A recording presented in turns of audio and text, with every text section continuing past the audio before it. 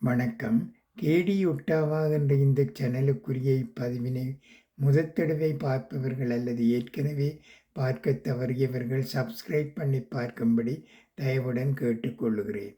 அத்துடன் இப்பதிவு உங்களுக்கு பயனுள்ளதாக இருந்தால் ஷேர் பண்ண, லைக் பண்ண, கொமெண்ட் பண்ண மறந்து விடாதீர்கள்.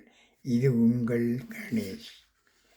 தத்துவங்கள். காற்றுக்கு வளைந்து கொடுத்தால்தான் மூங்கில் உடைந்து போவதில்லை. இது பலவீனமல்ல, புத்திசாலித்தனமான வலிமை.